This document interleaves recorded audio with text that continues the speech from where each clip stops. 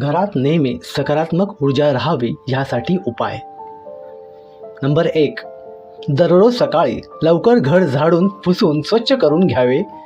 घरातील फरशी रोज पुसावी आणि फरशी पुसायच्या पाण्यात थोडे खडे मीठ एकत्र करून घ्यावे. 2.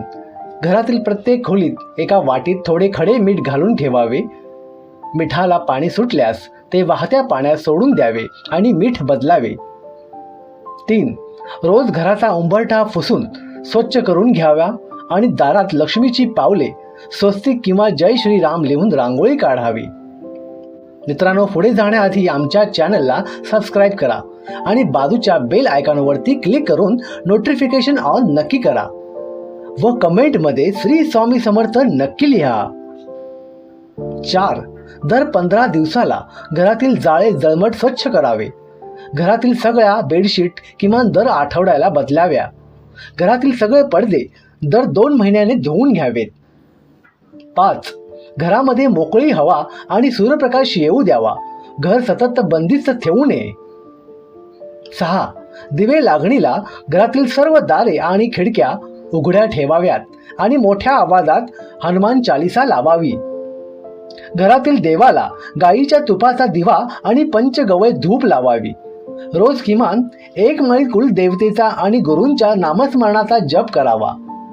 देवघरातील देवीला लक्ष्मी म्हणून हळद आणि कुंकू लावावे आणि स्वतःलाही लावून घ्यावे. भीमसेनी कपूर जाळावा. देवापाशी दिवा लावल्यानंतर किमान 15 मिनिटे घरातील प्रत्येक भाग प्रकाशमान राहील याची काळजी घ्यावी.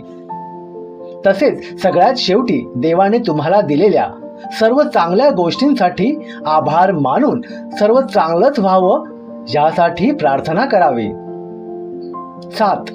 दिवे लागणीला तुळशीपाशी दिवा आणि धूप लावावी.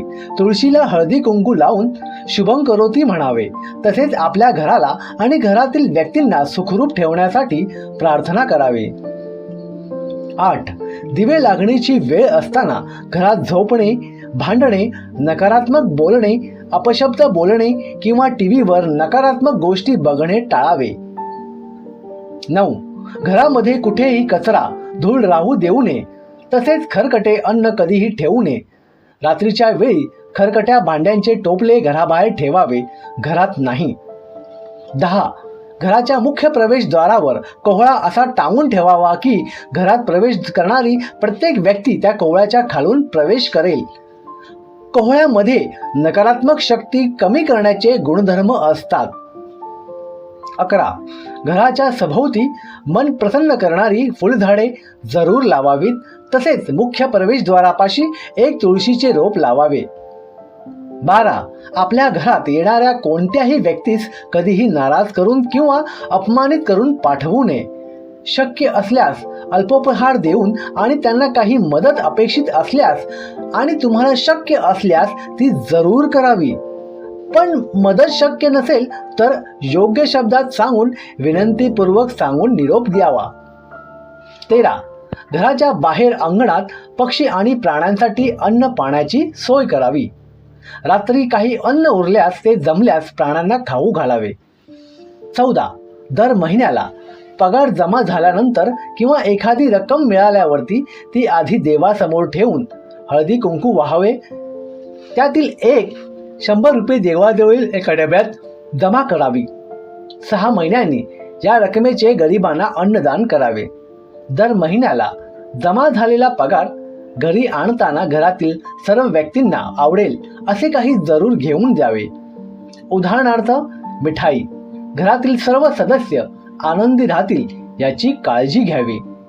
15. घर हे नेहमी धान्याने भरलेले असावे. घरामध्ये लागणाऱ्या वस्तू, किराणा, धान्य हे किमान 7 दिवसांचे, 15 दिवसाचे किंवा 1 महिन्याचे भरून ठेवावे. आज आणायचे, आज बनवायचे आणि आज खायचे असे करू नये. 16. घरामध्ये तुटलेले फर्निचर, चपला, बंद पडलेले घड्याळ, भंग पावलेल्या मूर्ती, रद्दी सामान ठेवू नये. घराचे प्रवेशद्वार नेहमी मोकळे आणि स्वच्छ ठेवावे. 17. घरामध्ये कुठेही पसारा किंवा अडगळ ठेवू नये. अगदी कोणीही कधीही अचानक पाहुणे जरी आले तरी तारांबळ उडू नये असे असावे. 18. घरातील सर्वात जास्त नकारात्मकता निर्माण करणारी ठिकाणे: शौचालय, बेसिन, किचन ओट्याची सिंक रोज आंघोळीच्या आधी स्वच्छ करून घ्यावे. घरातील स्वच्छतागृहासाठी वेगळी चप्पल ठेवावी. दरवेळी स्वच्छतागृहाचा वापर केल्यानंतर पायावर पाणी घेऊन बाहेर यावे आणि स्वच्छतागृहाचे दार वापर केल्यानंतर तसेच उघडे न ठेवता कटाक्षाने लावून घ्यावे. 19. घरातील काही व्यक्तींमध्ये समजा काही कारणाने वाद जरी असतील तरी घरात कोणालाही जाणून बुजून त्रास देणे, उपाशी ठेवणे असे प्रकार किमान स्वतःच्या बाजूने तरी टाळावेत. शांतपणे आपली जबाबदारी आपण पार पाडत राहावी. काही समस्या या येणारा काळ सोडवतो, त्यामुळे सतत वाद होणार नाहीत ही काळजी घ्यावी. 20. घरामध्ये सगळे सण वार प्रथेप्रमाणे साजरे करावेत. कुलधर्म कुलाचार करत राहावा. तर मित्रांनो, वरील टिप्स आवडल्या असतील तर कृपया व्हिडिओला लाईक, शेअर आणि चॅनलला सबस्क्राईब नक्की करा. धन्यवाद.